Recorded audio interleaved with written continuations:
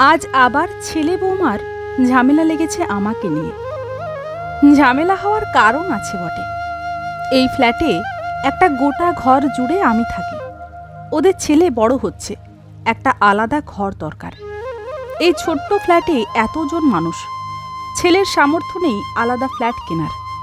বৌমা মাঝে মাঝেই বলে, মাকে একটা ভালো বৃদ্ধাশ্রমে রেখে এলেই তো হয়, বাবার পেনশনের যা টাকা পায় তাতে নিজের ওষুধ কিনে নিতে পারবে। ছেলেটা একটা নামী ইংলিশ মিডিয়াম স্কুলে পড়ছে, ওর পেছনেও খরচ তো কম নয়। কদিন পর তোমার মা অসুস্থ হবে, আয়া রাখো, হাসপাতালের খরচ, সে অনেক টাকার ধাক্কা।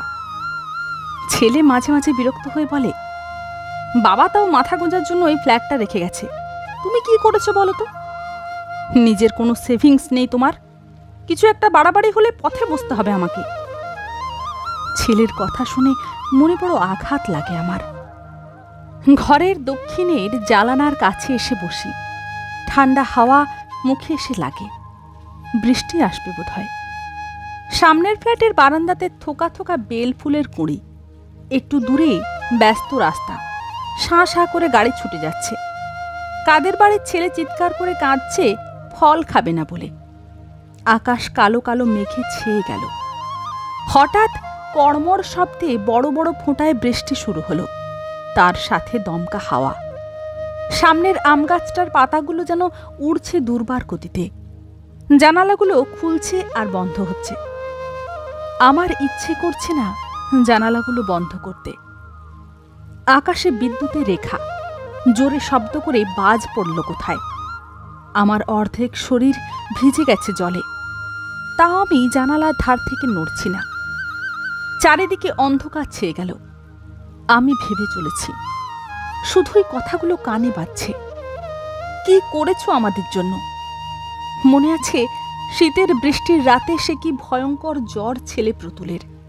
অখিলেশকে বলেছিলাম, ছেলে তো প্রচণ্ড জ্বর, চলো ডাক্তারের কাছে নিয়ে যাই। ছেলের বাবা পাশ ফিরে শুয়ে বলেছিল, খুব ক্লান্ত আমি, কাল সকালে নিয়ে যেও। সেদিন রাতে ছেলেকে বুকে চিপে ভিজতে ভিজতে ছুটেছিলাম ডাক্তারের বাড়ি। দরজায় দুমদাম ধাক্কা দিয়ে কাকুতি করে বলেছিলাম, ডাক্তারবাবু বাঁচান আমার ছেলেকে। আমি অখিলেশের আগেই চাকরি পেয়েছিলাম পুলিশ ডিপার্টমেন্টে। তারপর গ্রাম থেকে শহরে এসে আমাদের নতুন সংসার শুরু।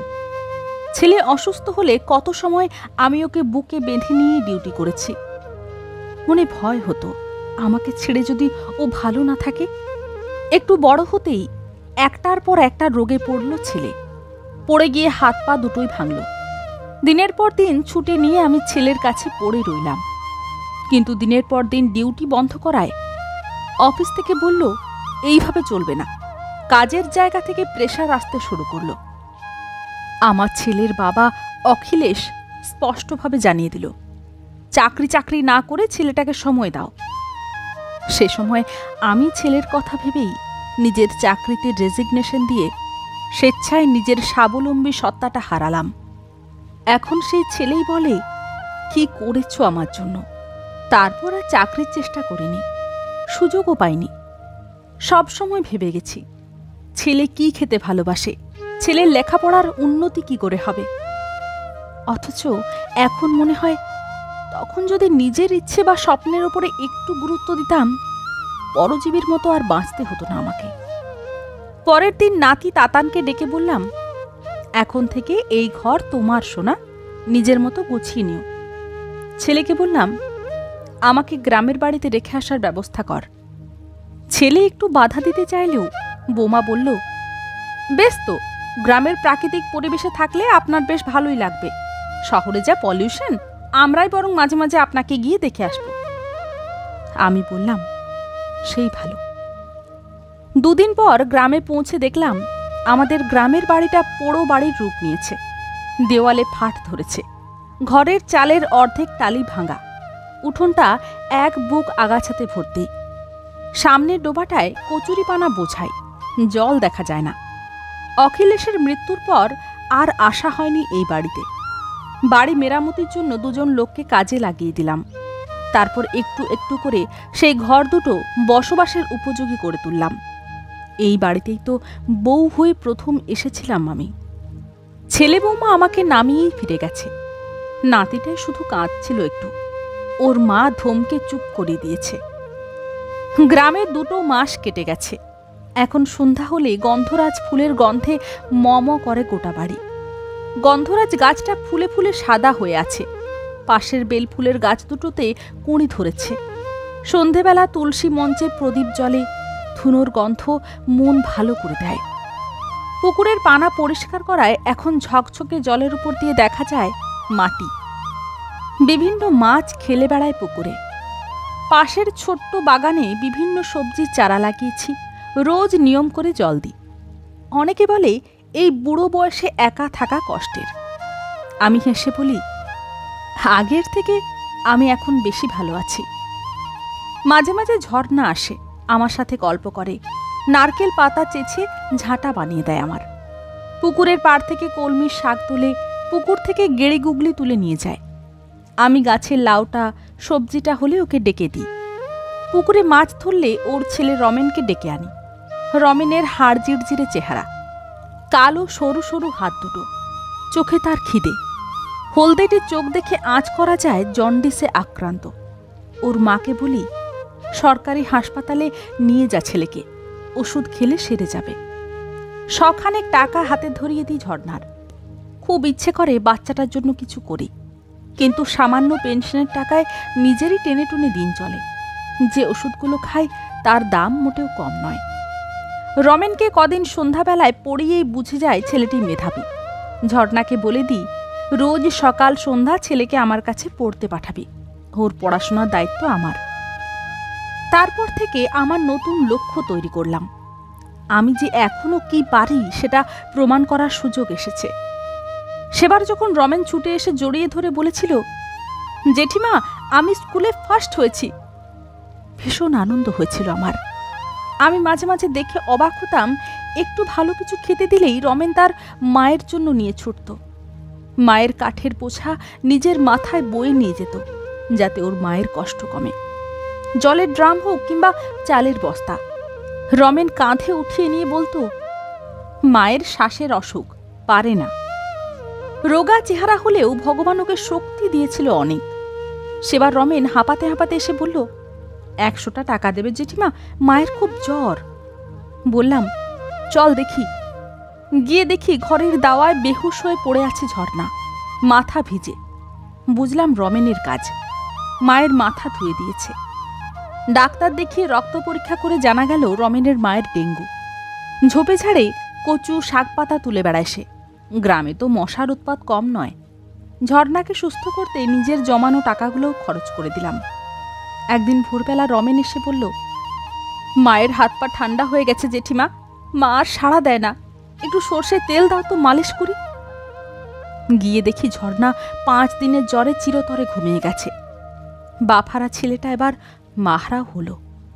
রমেনকে বুকে চেপে বললাম, বাবা তোর মার নেই, মন শক্ত কর। ঝর্ণা চলে যাওয়ার পর রমেনকে বললাম, এখন থেকে তুই আমার কাছে এসেই থাকিস। রমেন মেঝেতে শোয়, অসহ্য চলছে। ঘুমের ঘরে দেখি বাচ্চাটা মা মা করে ছটফট করে। আমার চোখ ফেটে জল আসে রমেনকে দেখে। আমার একমাত্র ছেলে 2 বছরে মাত্র একবার এসে দেখে গেছে আমায়। যাওয়ার সময় নাকি ঘর সহ গ্রামের বাড়ির দাম কত হতে পারে সেটারও খোঁজ নিয়ে গেছে। এরপর একটার পর একটা বছর কেটে গেল। প্রতি বছর প্রথম দ্বিতীয় হতে হতে রমেন এগিয়ে আসে ক্লাসে। 2টো ঘরে এখন আমি আর রমেন থাকি। একবার ছেলে এসে বলে গেছে, পরের ছেলেকে ঘরে তুলেছ, এ ভিটে আমার, ভুলে যেও না। ছেলের লোভ দেখে আমি আশ্চর্য হয়ে যাই। মাঝে একবার অসুস্থ হয়েছিলাম, হাসপাতালে ভর্তি ছিলাম। রমেন দিন রাত পড়েছিল আমার কাছে। ছেলেকে খবর দেওয়া হয়েছিল, সে ব্যস্ততা দেখিয়ে দায় সেরেছে। পাশের বেডের মহিলাটি বলেছিল, এমন ছেলে আজকের দিনে দুর্লভ। মহিলা ওয়ার্ডে থাকতে দেবে না বলে বের করে দিচ্ছিল ওকে। সে কি কান্না তোমার ছেলের। ডিসচার্জ দেওয়ার সময় ডাক্তারবাবু বললেন, কে হয় আপনার ছেলে? বললাম, ছেলের চেয়েও বেশি স্যার। মাধ্যমিক দেওয়ার পর রমেন বলল, কি করব জেঠিমা? বললাম, সায়েন্স নিয়েই পড়বি তুই। বলল, স্যারের মাইনে এতগুলো বই। আমি বললাম, আছি তো আমি, যে কটা টাকা মাসে মাসে পাই তোর পড়াশোনার খরচ চালাবো। বাগানের সবজি, পুকুরের মাছ আমাদের দুজনের দিব্যি চলে যাবে। এরপর বছর 5 কেটে গেছে। ছেলে এসে বলেছিল এ বাড়ি বেচে আমাকে নিয়ে চলে যাবে। আমি রাজি হইনি।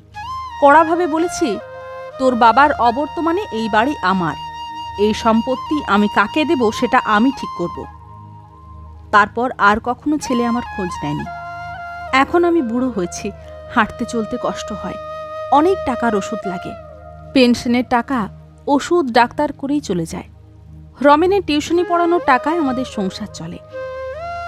রমেন আমায় কোলে করে টোটোতে তুলে নিয়ে যায় ডাক্তারের কাছে। সকাল সন্ধে ভাত মেখে খাইয়ে দেয়, রান্নাটাও সে নিজেই করে। মাঝরাতে যন্ত্রণায় ঘুম না এলে দেখি রমেন পা টিপছে, ঘুমে ঠুলতে ঠুলতে।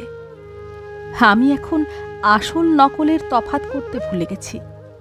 আমি এখন মা নাকি মায়ের মতো সেটাও মনে রাখি না। শুধু মনে হয় একজন আছে যে আমার একান্ত নিজের, যে কখনো আমায় ছেড়ে যাবে না। রমেনকে বলি, প্রতিষ্ঠিত হয়ে আমার মৃত্যুর পর এই জায়গাতে আমার মতো মা যাদের সন্তান থেকেও নেই, তাদের মাথা গোজার মতো ঠাঁই করিস বাবা। আমার আর তোর মায়ের প্রাণ ভরা আশীর্বাদ সব সময় তোর সাথে থাকবে। রমেন বলে, এমন বলো না জেঠিমা, আমার কিচ্ছু চাই না। তুমি ছাড়া আমার যে আর কেউ নেই। তুমি আমার জন্য অনেক করেছ, এখনো আমার সাফল্য দেখা বাকি। তার আগে আমি ফাঁকি দিয়ে পালাতে দেব না তোমাকে।